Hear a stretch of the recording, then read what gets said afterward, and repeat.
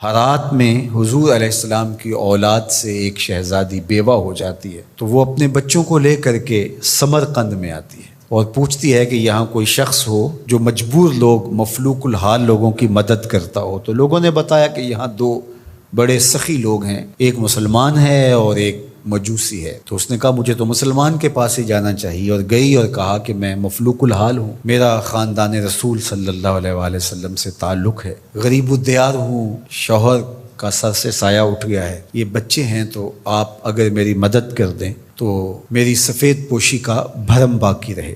تو اس نے کہا کہ بہت سارے لوگ آتے ہیں اور اس طرح کی باتیں کرتے ہیں، تم بتا سکتی ہو کہ تمہارے پاس کیا ثبوت ہے خاندان رسول سے ہونے کا؟ تو اس نے کہا میں مفلوک الحال ہوں، بچوں کو لے کر کے ہرات سے یہاں پہنچی ہوں، تو میں شجرہ تو ساتھ نہیں لیے پھر رہی، بس میری بات پہ اعتبار کر لیا جائے۔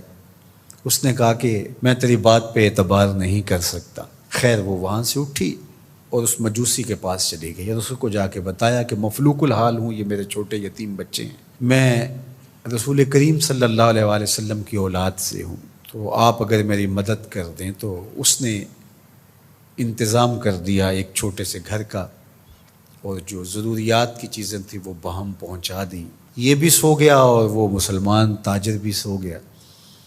ابن جوزی لکھتے ہیں کہ جب رات ہوئی تو اس مسلمان تاجر نے، سخی نے، خواب میں جنت کے منظر کو دیکھا کہ ایک خوبصورت محل ہے جس کے پاس حضور نبی رحمت صلی اللہ علیہ وآلہ وسلم کھڑے ہیں۔ تو یہ آگے شوق سے بڑھا اور کہا حضور یہ محل اگر آپ مجھے عطا کر دیں۔ تو فرمایا یہ ایک مسلمان کا ہے۔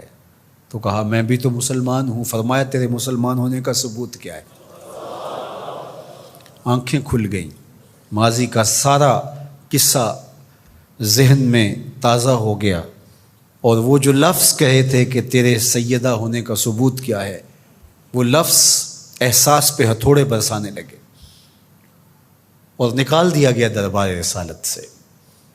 صبح ہوئی تو ڈھونڈتا پھرتا ہے کہ کل یہاں کوئی سید زادی اپنے بچوں کو لے کر کے آئی تھی، کسی کو پتہ ہو تو لوگوں نے بتایا کہ وہ فلاں مجوسی ساہوکار اور سخی جو ہے اس کے پاس ہے۔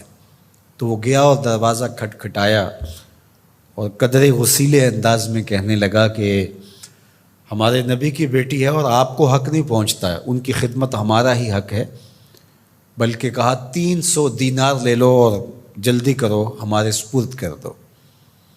تو اس نے مسکرا کے دیکھا، کہا کہ میں نے تو انڈٹھا سودا کیا تھا، اب تو منظر دیکھ چکا ہوں، جہاں رات آپ کو دھکے دے کر نکالا گیا وہاں مجھے وعدہ دیا گیا کہ تو نے میری بیٹی کی خدمت کی ہے، تجھے اور تیری نسل کو جنت کی ضمانت دی جاتی ہے، اور میں تو حضور کے ہاتھ پہ کلمہ پڑھ کے اسلام قبول کر چکا ہوں۔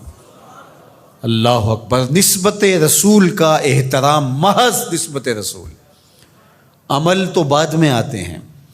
اللہ اکبر۔ تو فرمایا کہ احبو لأہل بیتی لحبی، میرے اہل بیت سے محبت میری وجہ سے کرو۔ اللہ اکبر۔ امت کو سمجھنا چاہیے کہ اہل بیت رسول کا معاملہ کتنا حساس اور کتنا نازک ہے، اور آقا کریم نے کس قدر اس کو اہمیت کے ساتھ حجۃ الوداع کے موقع پر ارشاد فرمایا، اور دوسرا حضور علیہ السلام نے مقام خم پر باقاعدہ خطاب کرتے ہوئے ارشاد فرمایا۔ یہ مکہ اور مدینہ کے درمیان ایک جگہ ہے۔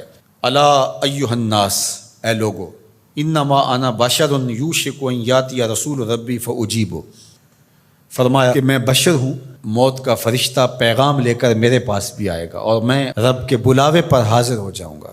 وانا تارک فیکم ثقلین، لیکن تمہیں تنہا اور لاوارث نہیں چھوڑ کے جا رہا، تمہارے اندر دو بھاری چیزیں چھوڑ کے جا رہا ہوں، جس کو میرے حضور بھی بھاری کہیں وہ کتنی بھاری ہوگی۔ اولہما کتاب اللہ، ان میں سے پہلی چیز کتاب اللہ، اللہ کی کتاب، فیہ الہدی والنور فخذوا بکتاب اللہ واستمسکوا بہ، اس میں ہدایت ہے، اس میں روشنی ہے، پس اللہ کی کتاب کو مضبوطی سے پکڑ لو اور اس کے ساتھ تمسک اختیار کر لو، جڑ جاؤ اس کے ساتھ، لپٹ جاؤ، چمٹ جاؤ اس کتاب کے ساتھ، اپنا ربط کبھی بھی قرآن سے ٹوٹنے نہ دینا، قرآن کے ساتھ اپنے تعلق باطن کو کبھی کمزور نہ ہونے دینا، اس کی تلاوت دن کے اجالوں میں رات کی تنہائیوں میں تمہارا معمول حیات رہے۔ فحث علی کتاب اللہ، حضور نے ابھارا لوگوں کو کتاب اللہ کے ساتھ جڑنے کے لیے، وَرَغَّبَ فِيهِ، اور ترغیب دی کہ اس کتاب سے وابستہ رہو، اس کتاب سے جڑو، اس کتاب کو کبھی نہ چھوڑنا۔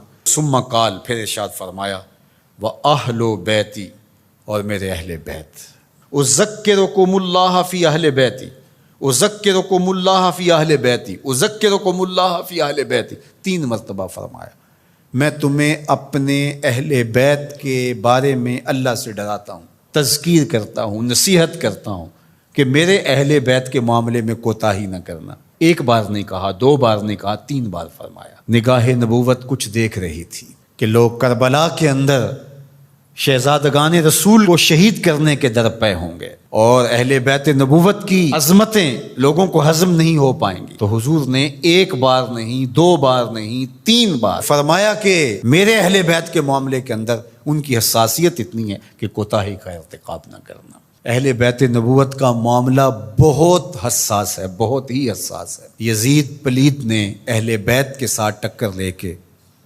اپنی عاقبت بھی برباد کر لی اور اپنی دنیا بھی برباد کر لی، اور اپنی نسلوں کو بھی بدبودار بنا لیا اس نے۔ یزید کا نام بدی کا استعارہ بن گیا، دشنام سے بھی بدتر، گالی سے بھی بدتر یزید کا نام ہے۔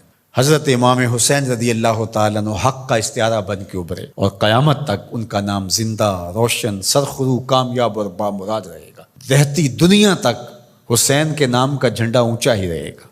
اہل بیت کے لیے دلوں میں محبت جو موجزن نہیں رکھتا سینے میں، اس کے سینے میں پتھر رکھا ہوا ہے، اس کے سینے میں کسی مومن کا دل نہیں رکھا ہوا۔ یہ پیار تو ہر وقت سلگتا ہے، لیکن جو ہی محرم کے ایام آتے ہیں تو پھر خوشبوئیں پھیلنا شروع ہو جاتی ہیں، اور ان کے لیے دل میں جو جذبات پیدا ہوتے ہیں، اللہ اکبر، ہماری 1000 جانیں تصدق ان کے قدموں سے لپٹی ہوئی خاک پر، دین کے جھنڈے کو جس طرح انہوں نے اونچا رکھا، سرخرو اور سر بلند کیا، قیامت تک یہ امت خراج پیش کرتی رہے گی اور محبتوں کے نذرانے ان کی چوکھٹ پہ پیش کرتی رہے گی۔